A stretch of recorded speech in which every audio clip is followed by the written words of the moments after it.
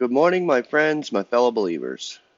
Today is the day that you all gather in Missouri. I'll be there in spirit. At first I was really kind of disappointed that I couldn't fly there because of the way the border is. But God has given me peace on that because I know that I will be there in spirit with all of you. When you're there, I'll be there in spirit. And I thank God for that. Because we connect in spirit no matter how many miles are between us. I know this 100% when I video fellowship with some of you, my brethren. We connect instantly. Brother Sean Eagle, me and him, we have awesome fellowships because we video chat now quite a bit more, and he's going to be there at the conference. And I love you, Brother Sean. It's awesome. Like when we get together, video fellowship, it's just an instant connection. And that's what I love the most. And same with Seth Fahlenkamp. Seth and Wes Fahlenkamp are going to be there. I communicate with Seth quite a bit. I just had a fellowship the other night with Seth. Just sharing and just being together in fellowship, no matter what, it's awesome. And like I said, that connection is strong. So I will not be disconnected from the conference. I refuse to in spirit. I will be there 100% in spirit. Old Wacky Rob from Canada. Yep, I will be there. All right. This is from the Unsearchable Riches for May 1965, being the third number of volume 56. This is a small message today.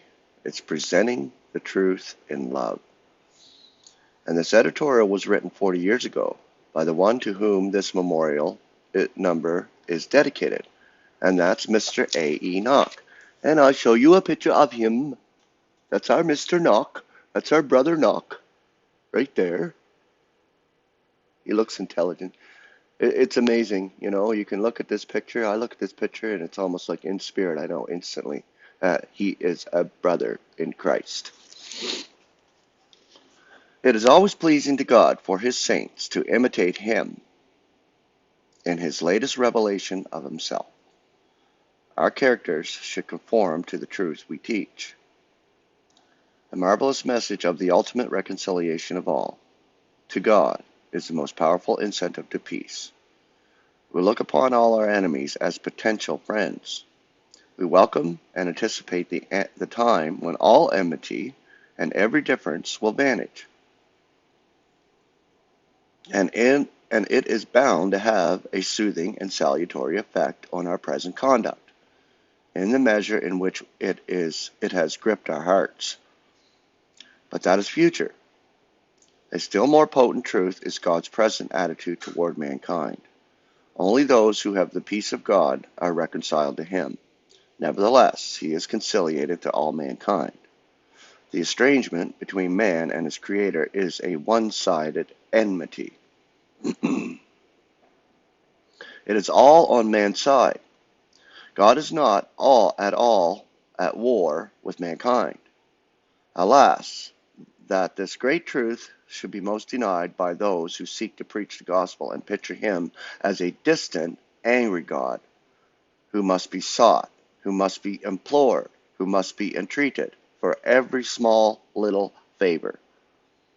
Can any course be more effectively conceal the grace he displays in seeking and beseeching the sinner to be conciliated to him? Great as God's grace is in the gospel, how excessively redundant is its outflow to those who have received the conciliation and are reconciled. We are to imitate him, not merely in our attitude to his enemies, but more especially toward those whom he has taken to be his friends. Here is where we all fail. Here's where we all place limits on his favor.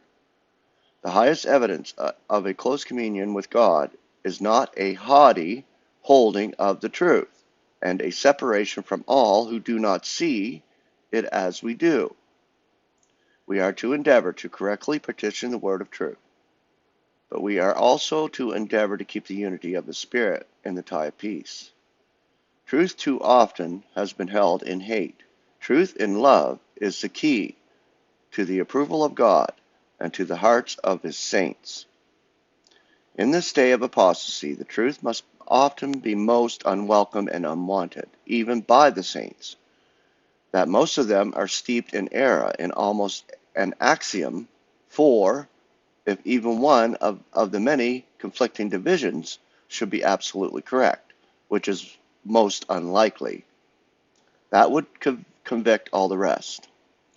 All want a confirmation of their position, right or wrong, though truth itself must be spurned. But truth in love has a power difficult to resist. Truth in love is sometimes silent, for fear of offending. It is often grieved, but does not retaliate. Above all, it does not, like Peter, cut off the ears of those who oppose, for it is patiently waiting for the time when the ears will be healed, not hurt. Let us who believe in the ultimate reconciliation and present conciliation complement our belief by a most gracious and loving exercise of the grace we have received in our contact with the world and with his beloved saints.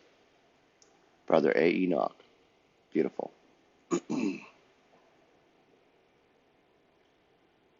Thank you so much for listening to me every day, for supporting in prayer and petition to God for this channel to go forth. I love you all. Have a beautiful Friday, and I'll be there, like I said, in spirit in Missouri. Talk to you later.